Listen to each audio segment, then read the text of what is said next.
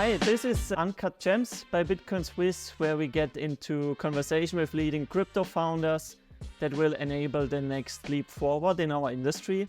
And ahead of the curve, Uncut Gems provides you with insights on major emerging narratives and offers valuable one-of-a-kind discussions with pioneering minds. Today, I'm very excited to be joined by David Cao, who is co-founder of Layer N. Layer N is a hyper-performant, very scalable Layer 2 blockchain that is designed to tackle the scalability issues that our industry deals with since the very beginning, and the scalability issues that also hinder the widespread DeFi adoption, basically. Remarkably, I want to state that Layer N boasts the seed backing of very renowned and prominent players like Peter Thiel's founders fund, who co-led the seed round. David, I'm very stoked to have you today, and thanks for joining us. Thank you so much, Dominic. It's a pleasure and honor to be on the show. Nice. Okay, let's kick things off and start maybe with your professional background. And maybe you could also share with us the story behind the animated visuals on your website. I think they are pretty dope. I guess, like quick personal background. Prior to coming into crypto, used to study at Harvard and used to do bioinformatics research. First got into crypto with my same co-founders at Layer N, actually. But we first got into crypto building on-chain order books on the Solana blockchain, actually, initially. And that was our first introduction to the whole world of high-frequency, not only high-frequency trading systems, but high-frequency sort of systems in general, right? Especially ones on-chain.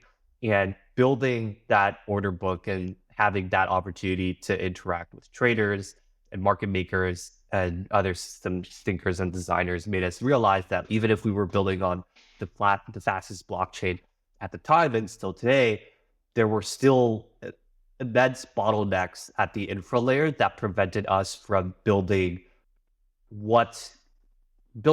essentially something that could compete with modern financial networks like NASDAQ, New York Stock Exchange, Visa, Coinbase, etc. So basically, once we hit that sort of wall of, okay, if we want to build something that can actually compete, we can't do it with the current stack. We spent more and more time going lower and lower down the stack, researching, okay, like how can we actually scale up this on-chain order book? And that eventually led us down the path of accidentally designing a new Layer 2 model. And so that was like the first story of the first sparks of how Layer N started to become what it is today. And then after multiple iterations and research cycles, it eventually became what Layer N is today, which is this sort of unique network of rollups with custom VMs that allow exponentially more compute for applications, all while retaining seamless composability.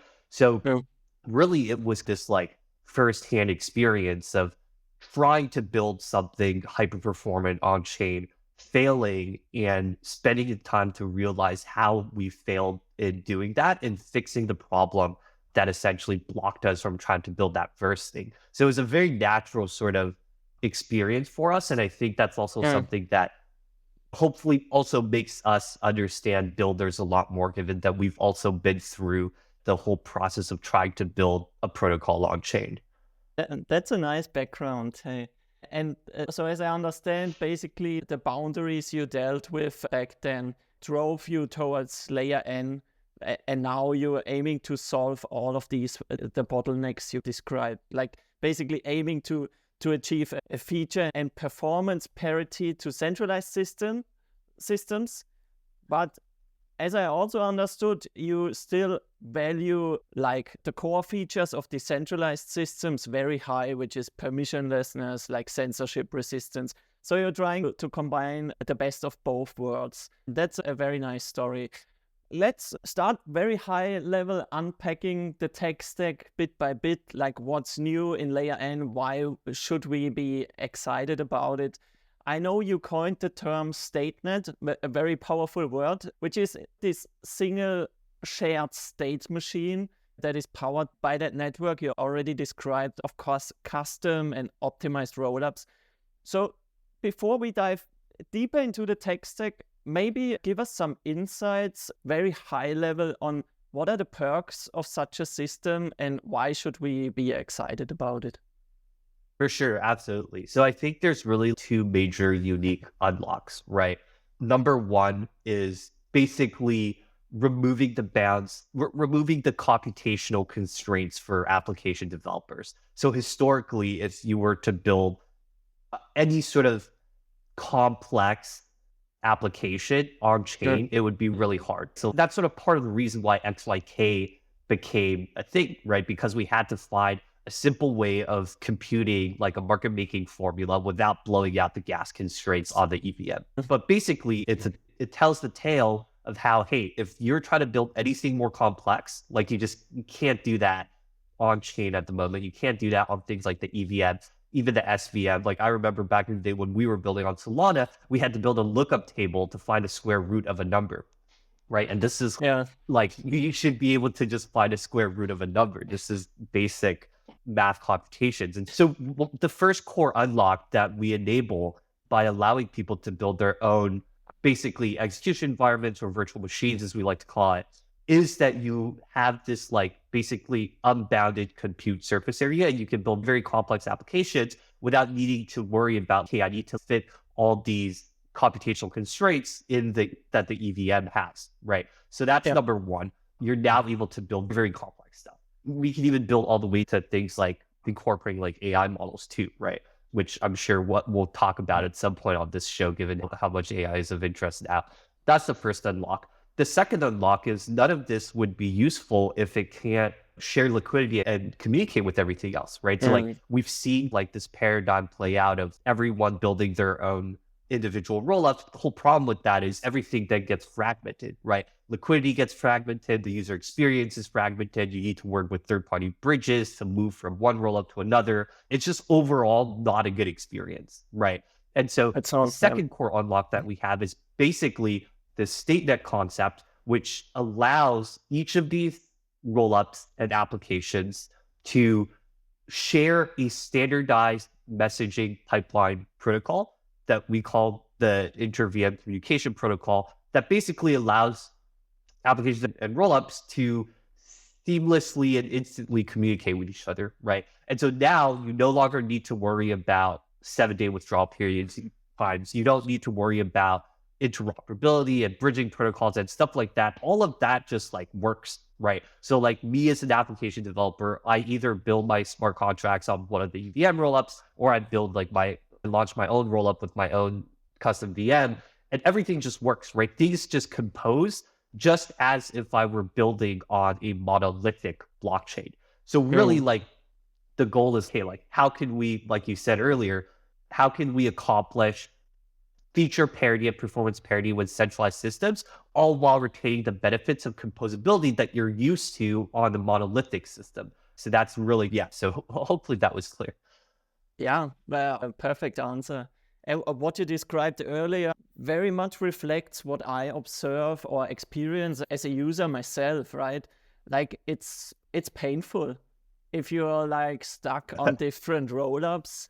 And seriously, sometimes I find myself questioning, like, how should I describe or explain that to somebody that is new in the space, while avoiding to get fished or something like that on the path towards bridging from of these rollups. It's a thing, and it's interoperability and all of this liquidity fragmentation and so forth remains one of the core pain points within the industry, in my opinion. And it's awesome to see projects like Layer N tackling these very challenges of our ecosystem. So Layer N kind of strives to enable this melting pot of VMs, as I understood, and rollups on the back of this, like you said, shared communication, but also liquidity layer.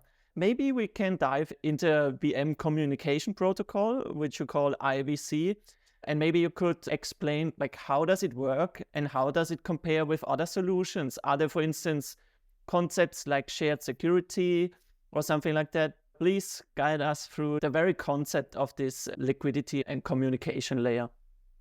So at the base of the communication protocol is what you said, the concept of shared security, right? So we wouldn't be able to accomplish a seamless, the features of the seamless communication protocol without some elements of shared security assumptions. So basically, What that means is all of these rollups all settle to the same sort of big global like state machine, right? So that's also where the word Statenet comes from. It's this idea that, hey, you had this single big state machine that's separated between this like networks of applications. And that's a really important assumption, right? It's like you need shared security. Otherwise, you have problems. If someone were to run their own, let's just say OP stack rollup, and someone were to run another optimistic or even ZK rollup, because they both have different security assumptions, you need that kind of 7-day withdrawal period from the optimistic rollup, or you need some kind of third-party bridging provider to take on the risk, and the liquidity providers take on the risk of moving assets between the rollups, right? And so all of that is solved once you have the shared security assumption, right? So all the rollups share the same security risks, which means that, okay, like if one rollup has an issue, so we use this new thing called zero knowledge fraud proofs. And I think we were one of, if not the first to push this out, but basically it's the idea of, okay, instead of doing validity proofs on every single transaction, like current zero knowledge rollups do, and instead of doing like interactive fraud proofs like the current optimistic rollups tried to do, and I say tried to do because I don't think anyone has like public implementations of interactive fraud proofs yet, but basically the zero knowledge fraud proofs is a very elegant way of basically only running the validity proof when there is fault. So that allows us to do the proof in a single block, and it's also a lot more straightforward than thinking around all the game theory economics of the interactive fault fraud proof. So anyhow, so basically, yeah, like if one rollup has an issue, any validator can replay the transaction history that they get from the DA layer, identify on which rollup that issue occurred and at which transaction, and then submit that ZK fraud proof basically to be like, hey, like there's an error here. And if there is an error, then we would go into sort of the state rollback process. Now to get back into the sort of the communication layer. So now that we have this sort of shared security assumption, we can now seamlessly move assets in between rollups and applications without needing to worry about those like withdrawal periods and those bridges, right? And the key towards doing that is to have some kind of standardized way of passing and pipelining messages from one application / rollup to another. And basically that's what we're building in-house. So think of IBC on Cosmos, but then like just remove all of the consensus components, right? So basically you have a very straightforward problem of, okay, like I have one rollup, I have another rollup, like how do I create a standardized format of sending one message that can be any sort of arbitrary bytes to another rollup, right? So then if you like distill that problem to just that, it's like a very similar, just like Web 2 communication problem.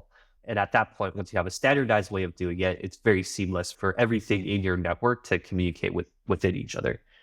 Like on a very fundamental level, you stated it already, it pretty much reminds me of the early concepts of Cosmos and Polkadot, at least from the idea and the approach. Like pretty dope that you managed to abstract away the different VMs and provide a somewhat like shared security, shared liquidity layer, but also have composability, like solve the composability problem by the. You already touched base on the whole proving concept, which was very new to me. I know that the XVMs, we touched base on the VMs and what layer N enables within that session as well. But the XVMs that you call XVMs are built in Rust and are enabled, as I understood, by RISC-0. And if we look at this modular stack periodic table with the different rollups, if we think about layer N, maybe help us a little bit. If we look at this modular stack table, how would you classify layer N? Is it a settlement rollup? Is it a sovereign rollup? And then the second aspect or component I'd like to cover here is the very fraud-proof, CK fraud-proof lifecycle. You said, because until now I was used to either have a validity-proven system or rollup or a fraud, or I use fraud-proof proofs. But now you combine these and create some kind of magic with huge benefits, being that you don't have to prove everything, as you mentioned.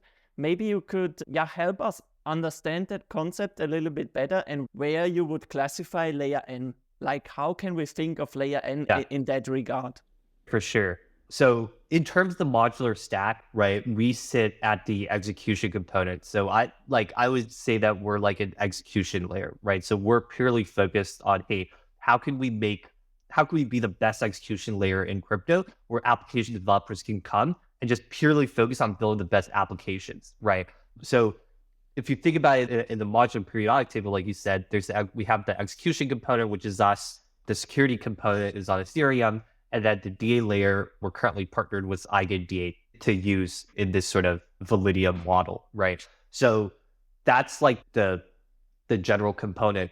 With regards to the fraud proving question, so that's like the really cool thing about what we're doing, right? We don't really fit in the camp of like fully ZK rollups. We don't really fit in the camp of the typical optimistic rollup. We combine the best of both worlds to create this new category, right? And we're more akin to optimistic rollups in the sense that we still run execution optimistically. But when we talk about proving, it's really this sort of new category that we call the zero knowledge fraud proofs, right? And then the basic idea is really, hey, does it make sense to run validity proofs on every single transaction if you're trying to optimize for performance? Because ZK proofs are expensive, they're time consuming to run. And if you're trying to do anything like what we're doing, which is like hundreds of thousands of transactions per second, you're not going to be able to do that. And if you were to do that, you're probably paying millions of dollars to AWS to run your proving costs, right? Or something like that. On the other hand, you have the interactive fraud proof, which have historically been really hard to implement. And then we've seen that in practice. If you look at any of the current optimistic rollups, I don't think as of the date of this interview that any of them have public implemented fraud proofs, right? So optimistic has no fraud proofs. So you're basically running on that you trust OP Labs, which is not a bad assumption, but that is the assumption. Arbitrum has whitelisted fraud proofs, right? Yes. So it's not public. So it's only like a whitelisted set of validators that can run. So that's, if you think about it from a game theory or I guess from a theoretical perspective, it has the same properties as not having fraud proofs at all, because basically like only insiders can run fraud proofs, which is the same thing as if the insiders didn't have fraud proofs. But again, it's like not a terrible assumption if you trust Arbitrum. But what I'm trying to get at is interactive fraud proofs are really complicated, right? Because they're multi-block processes. It depends on this like interaction game, basically between the prover and the verifier. Instead of doing all of that complicated stuff, right? We say, hey, like validity proofs are great, but validity proofs are only good if you can minimize the amount of time that you actually use it, right? So instead of doing it at every transaction, we'll only do it when a fraud occurs, right? So when a fraud occurs, a validator simply needs to rerun that state transition on, like they can run it on their own ZK VM on their own MacBook if they want, right? And then basically through the RISC-0 ZK VM, they get a hash that they can then use to submit on to an on-chain smart contract that verifies the legitimacy of that hash. And if it is legitimate, then hey, you've got a valid proof, right? So it's that straightforward. And the cool thing is, hey, like now we can do this within a single block as opposed to a multi-block process and the theoretical interactive fraud proof, which also means that you can theoretically reduce your minimum withdrawal period by like a significant amount, right? So like the whole problem with the 7-day withdrawal period, 7 days is arbitrary, but it's also based on the idea that like, hey, if it takes like X amount of blocks to prove fraud, and each block has some probability of being censored, right? What's the probability of every block being censored like multiple times, and how much time do we need to ensure that all of these blocks go in, right? Now, if you only have a single block that you need to worry about, the risk decreases significantly, right? And so that's why we say, hey, theoretically, like you can decrease the withdrawal period time by quite a significant amount while decreasing the actual risk of censorship itself. So hopefully that gave you like an overview of where we land in terms of the security spectrum there. Yeah, it definitely did. But it also, like, to be frank, it sounds like almost too good to be true that you get like this massive kind of bump in withdrawal periods, but also a reduced risk at the same time. And what you stated earlier, I'm on the same page. Like, I would be a little bit more critical and say it's even a problem that maybe Optimism and other rollups still do not have these fraud proofs implemented yet. I guess Arbitrum is on a good path here, and Optimism, all of these rollups still have training wheels on, let's be honest. And I hope this will get better, because we want to build like these sound, decentralized, permissionless, immutable systems. Now I would like to know, you stated that you partnered with EigenDA for the data availability kind of aspect. Would you mind giving us some insights on why you chose EigenDA and not other solutions like Avail or Celestia? And yeah, For sure. you touched base on it, but I would like to know it, or to understand it maybe a little bit better. So layer N is only the execution part. EigenDA you use for data availability. Settlement is still happening on Ethereum. Is that correct? Yes, that's correct. So basically, layer N is still in L2, right? Because we're at the layer 2 in terms of the hierarchy chart. So like Yes. our core function is how do we make execution better, right? Yep. Execution better in the sense of performance and compute, as well as that's the back feature. And then execution better also in the sense of composability, right? And then as any rollup does, we roll up the state and then put it back to Ethereum where it can be verified and challenged in case there are problems, right? And then the main difference is instead of hosting data availability on Ethereum, which a lot of the current rollups do, we actually decide to do it with an off-chain DA solution like EigenDA, right? And the core unlock there is really like a math problem, right? It's like EigenDA will be able to enable up to 8 to 10 like megabytes per second. That's crazy. Storage bandwidth, right? Yeah. And the math there is just, hey, yeah, you look at something like Celestia, it's currently doing 1.5 megabytes. And it just, if you're trying to reach the scale at which we're trying to do, which is tens of hundreds of, tens of thousands of transactions per second, you need something that has high bandwidth, right? That's just a prerequisite. And so it really just boiled down to that. I think the other really cool thing about EigenDA forces the whole restaking component to it, right? One of the core things that people are worried about with these off-chain DA solutions is like, hey, like now we're losing some security there, right? Which is true. If you're not storing your data on Ethereum, you're inherently going to inherit like a smaller subset of the security that you would assume on Ethereum. Right? Let's just assume Ethereum is like the most secure decentralized system, right? Like any other system is probably like a subset of that, right? And then even EigenDA, which is like restakers, right? It's still going to be a subset, right? Unless like the whole set of Ethereum validators are restaking into EigenDA, right? But let's just assume it's like a subset. So yes, that is like the trade-off that you would be taking, right? But from our perspective, it is a strong enough trade-off and a beneficial enough trade-off that it makes a lot of sense, right? If you're getting like 100 times better performance, but just a minuscule fraction amount less security, and even then we can argue, is it really less security? And I would say not really. I think the trade-off is very valid, and I think we can play this out and see what types of products people will use more often. But I think until we're able to reach performance parity, like we still have a long ways to go from a product market fit perspective if we don't reach that performance parity threshold quicker. So that was, I lost track of the original question. Oh, I think you were asking about the EigenDA stuff. Yeah. So basically it just came down to a math problem, right? Okay, like we just want wherever has the most amount of bandwidth.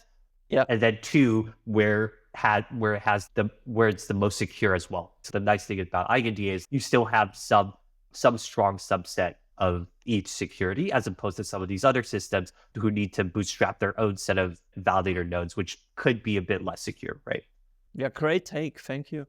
Because you touched base on trade-offs, what is your opinion on your approach now is using these or rather novel, I'm not sure if they are battle tested yet, novel CK fraud proofs. What is a potential trade-off using that kind of proving system in your opinion?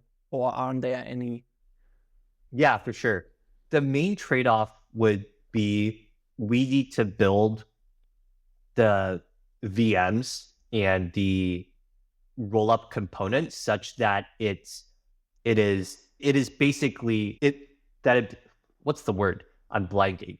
It basically works with, since we're using RISC-0, right, which requires the RISC-V language set. Basically, we need to build within those constraints, right? So we wouldn't be able to, out of the box, build something in like JavaScript or something, right? So that's a major constraint because it means that, hey, like the initial set of rollups and VMs, we're going to have to build in Rust.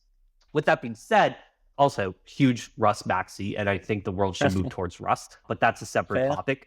With that being said, we are thinking of implementing WASM as well at some point, which will allow us to support a much wider breadth of programming languages for people who might want to build applications in different languages. And then the other note I'll make, because this is a common point of confusion when people ask me, hey, like what programming languages is layer N in?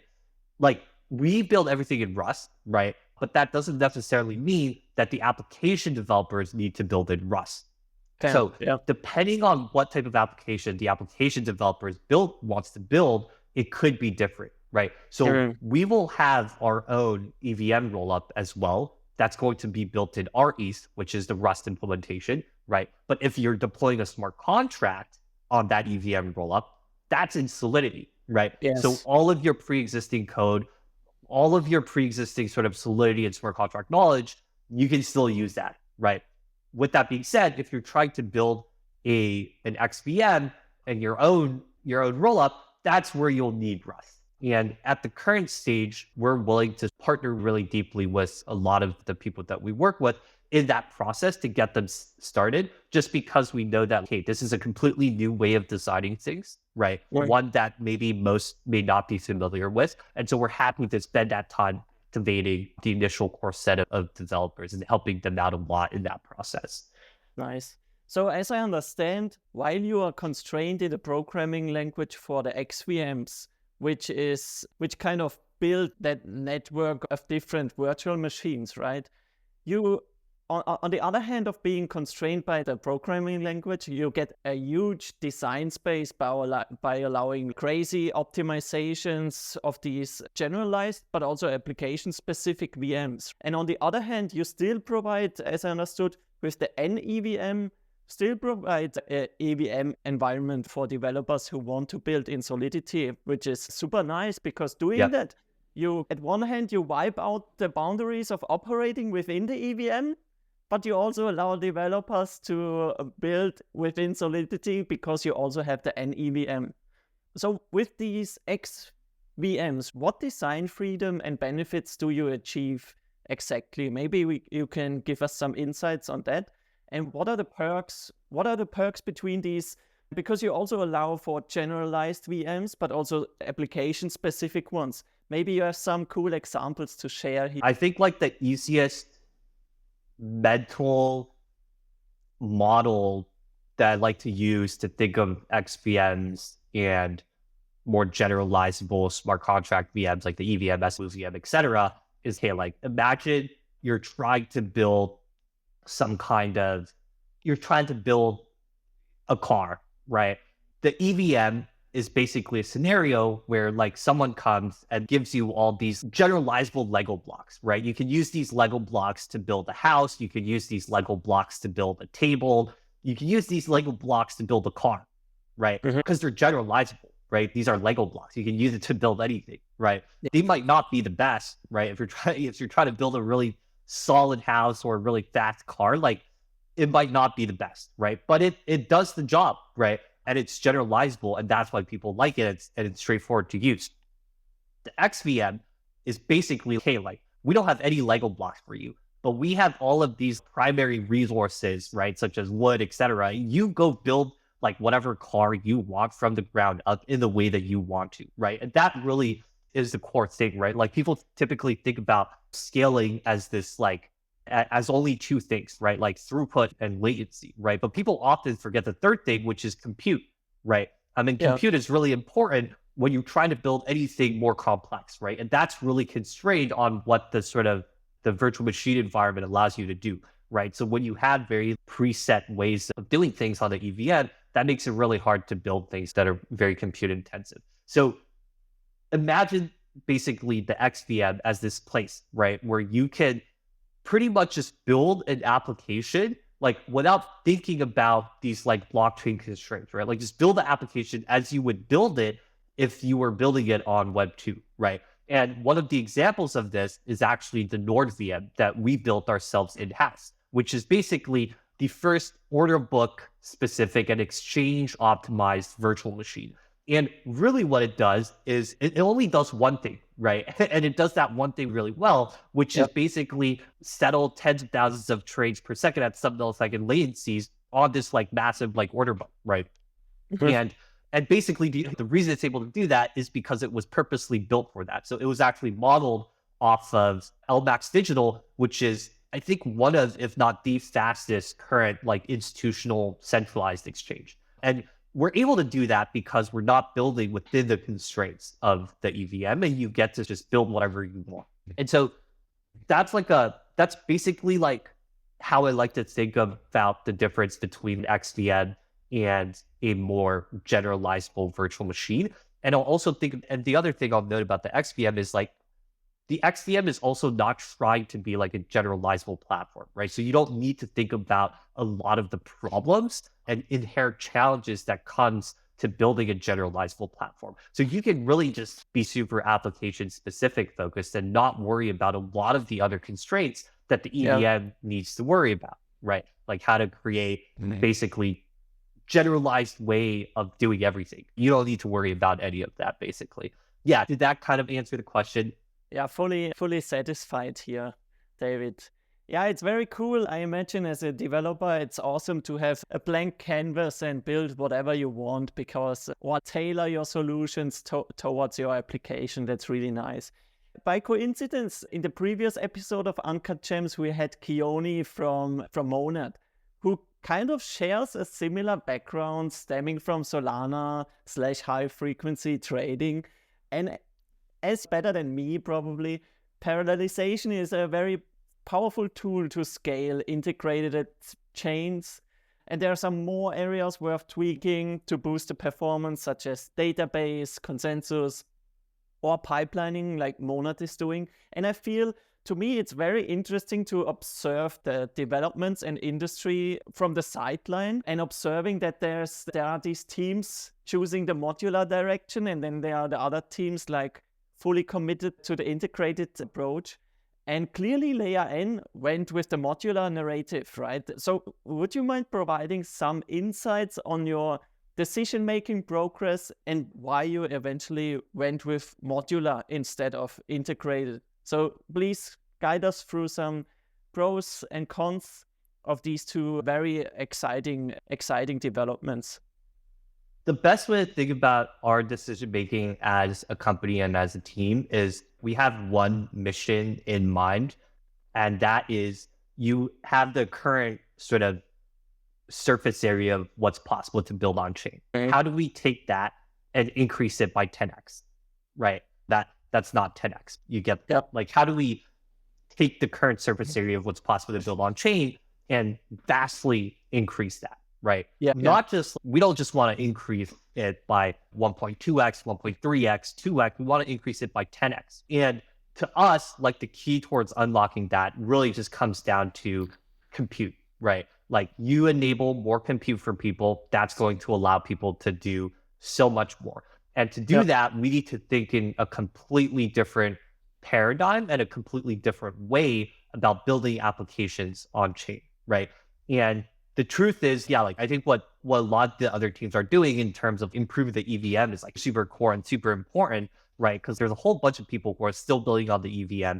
The problem is, like that's not going to take us to a 10x in terms of compute, right? Really, that's what we're doing there is we're updating an existing model, but we're not thinking outside the box in terms of like, how can we create an entirely new model that's just so much better, right? So it's the same thing as being like, it's a horse to the race car, right? So there's this like really cool thing that I think Ford said at some point in time. Maybe it was someone else, but I think it was Ford. And then he said something along the lines basically of, hey, ask people what they want today. They'll tell you that they want like better horses, right? Or like faster horses and stuff like that, right? But really what they want is like this new thing that's called a car, right? So it's like that's essentially how we think about this dichotomy. Okay, nice. So your take is the approach you are taking is the superior one and with less constraints, like basically the next chapter, not only an iteration, but the next chapter. That's cool. Let me try to consolidate a little bit what we talked about until now. You combine EigenDA, which gives you like an insane level of throughput, with the Statenet, which is a network of custom VMs. And that very Statenet is powered by a shared communication and liquidity layer. Only stating that is already very exciting because we obtain this super highly performant L2 with also, as I understood, like very low latencies. And I read in January, you announced that Layer N's Nord engine, which is also a custom Rust VM, as I understood, that you managed to achieve like 100K TPS on a closed testnet. And I know it's a testnet, but I still think it's beyond remarkable to achieve like 100K TPS. And now I wonder were these full-fledged transactions, including kind of smart contract logic, or was it vanilla value transactions? And then maybe you can provide some insights on this Nord engine that I just mentioned, because it's a new trading optimized rollup engine, and maybe one of the first examples on how highly optimizable rollups will be on layer N.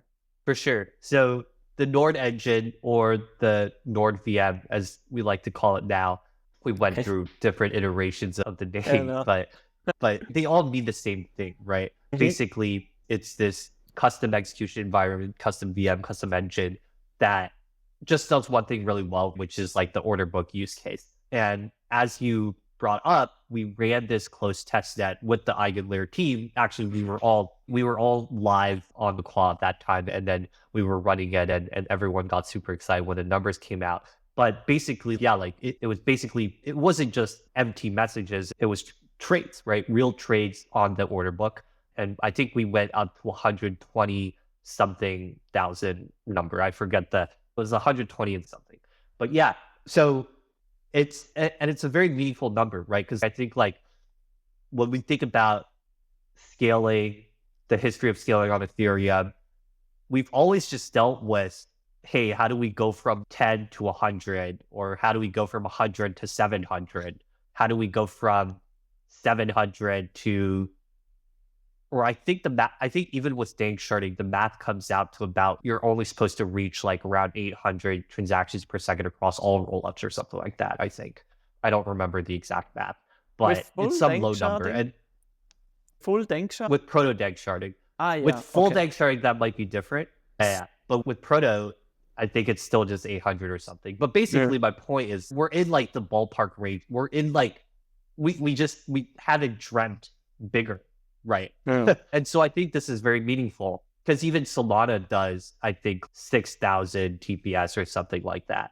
And then I think 6,000, that's accounted for the vote transactions. So I think without the vote transactions, like actual real TPS, I would need to check what it is. But I think it was like 500 or like 1,000 or something like that. Yeah, it's been a while since I checked those stats, but it's definitely not 10,000, not even 100,000. We are talking about an entirely different ballpark. And the elegant thing to me is, while you innovate so much on this kind of VM layer, but also on the liquidity layer and the composability aspect, you still incorporate what is very important to me, a good amount of security and decentralization from Ethereum. So that is pretty appealing to me, at least. I would like to, as we inch closer to the end of this nice conversation, David, I would like to your take on, as I see it, Layer N kind of builds what also Arbitrum, Orbit, and Stylus sets out to do, what Optimism sets out to do with the superchains, what zk Sync does with hyperchains, but with a few like very interesting and very elegant, like implementation differences.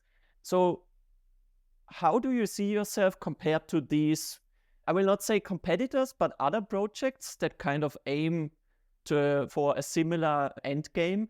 And how do you compare when it comes to decentralization, when it comes to security, when it comes to training wheels, when it comes to ossification? I just want to add here, I think it's an interesting aspect, ossification for rollups, because just now with the Denkun upgrade coming, it proved that, like, imagine there's a rollup that was ossified already and not upgradable. Like, they could not implement blobs. So, sorry, maybe that's a very comprehensive question, but maybe it would be nice to get your take on kind of the competitive landscape. Yeah, for sure. I think everyone has this shared vision of eventually things are going to move onto their own rollups. It just makes a lot of sense, right? Like the congestion that you face from a single monolithic VM doesn't make a lot of sense. I think a lot of it just ultimately comes down to implementation details, right? Because a lot of these other projects, they've started with a certain vision in mind. It's a lot harder to easily and really quickly progress towards this very scalable model that I've described under the Statenet, right? If you look at the superchain stuff, super cool, it's great what they're doing. The problem is like there's like a lack of, I guess, like implementation detail, right? So everything that we've talked about in terms of the communication protocol, the shared liquidity system, like those things are lacking, right? And the reality is it's just a really hard problem, right? When you have all of these like independent rollups being deployed and you don't, there isn't this pre-existing network that brings them all together, right? So you have this kind of like situation where like you already have a bunch of rollup that you're trying to figure out like afterwards, like what are pipes that we could put together, but it's really hard because they all have their own security and they all want to do things their own ways. And so it's very hard. Whereas like, I think like where we come into play is like really at making like the implementation like flawless and making it right from the start and also making it modular enough such that it's very future proofable. So like the thing that you talked about, the concept of ossification is really interesting,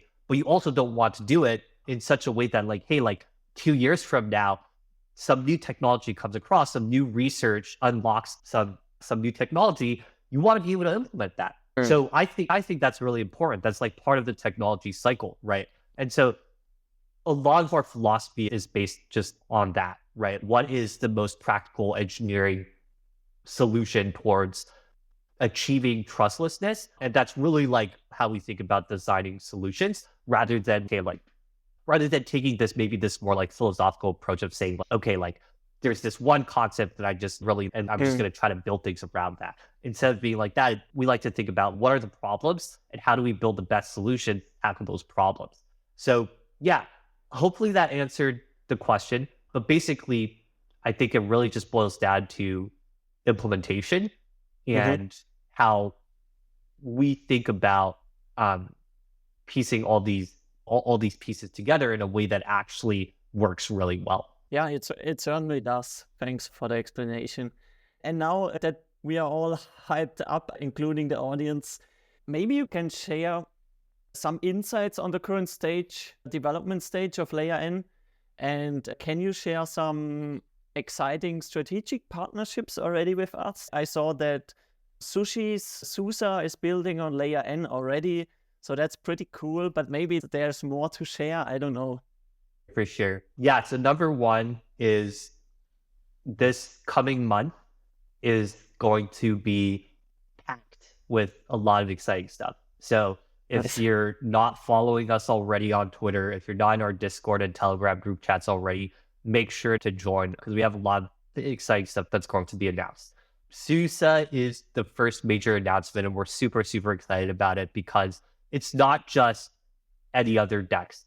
It's the first hyper-performant order book that matches centralized exchange performance. But not only that, it also fully settles every single trade on chain, right? So if you think of any of the current off-chain order book designs like Avo, Vertex, Hyperliquid, et cetera, they're fast, but the problem is they only settle matched trades on chain, right? So all of the trades that you place, like place, cancel orders, the vast majority of the trades aren't actually settled, right? So it's not a fully on chain and trustless system. Whereas SUSE is not only going to be like the fastest, it's also going to settle everything on chain, meaning you can actually fully verify everything, right? Down to every single place order, cancel transaction that you make, which is going to be pretty game changing from a security perspective, but also from a feature perspective. There's a few things that will be major unlocks in the DEX space that will be uniquely implemented by their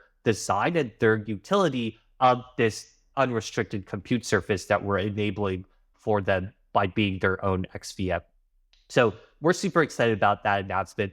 And there's a few other announcements with major liquidity providers that are coming up as well. When we talk to developers, and being a developer before as well, one of this, not the most asked question, is just, hey, like, where's the liquidity going to come from? Who could I work with to get liquidity, and where are the users going to come from?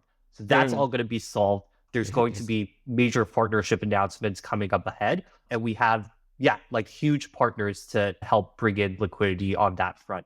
So I don't want to tease too much, but basically lots of exciting announcements coming up in the next few weeks. Make sure to be following along to stay up to date. And very cool. Very exciting, and happy to hear that such a kind of pioneering project is close to launching some and announcing some big stuff. Maybe last question before we end this cool conversation. Outside, I hope I don't catch you off guard, but outside of Layer N, what is the most exciting project you are following and why? Oh, that's a good question. You're asking me about, that's a really good question. There's a few really exciting things. I think Monad, for one, has a very different approach to how we're doing things. But I think the sheer focus on engineering and a lot of the improvements that they're bringing to the EVM are actually really exciting. So that's the part that I'm really excited about Monad. I think the next generation of DEXs is also really exciting because up until now, I know there's a lot of DEXs that constantly get launched, but up until now, like there really hasn't been a DEX that truly rivals like a centralized exchange in terms of being able to provide the same level of user experience, the same set of assets, the same set of features, right?